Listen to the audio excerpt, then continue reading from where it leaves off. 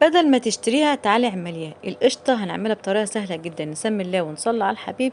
وهنجيب كده كوبايتين من السكر، عليهم نص كوباية من المية ونص كوباية من العسل الجلوكوز، وهحطهم كده على النار مع التقليب المستمر. واول ما تقلب هروح جايه حاسبالها 3 دقايق بالظبط.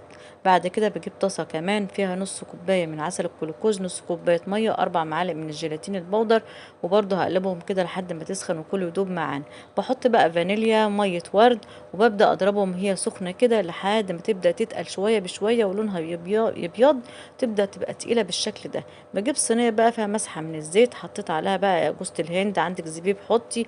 هدنا شايفين دي اللي احنا عايزين الخليط ده بالظبط، ويكون السمك بتاعها كده. حطيتها بقى كده، وحطيت برضو عليها جوز الهند او زبيب اي حاجة عندك، وهسيبها كده من 6 ل7 ساعات تتماسك معانا.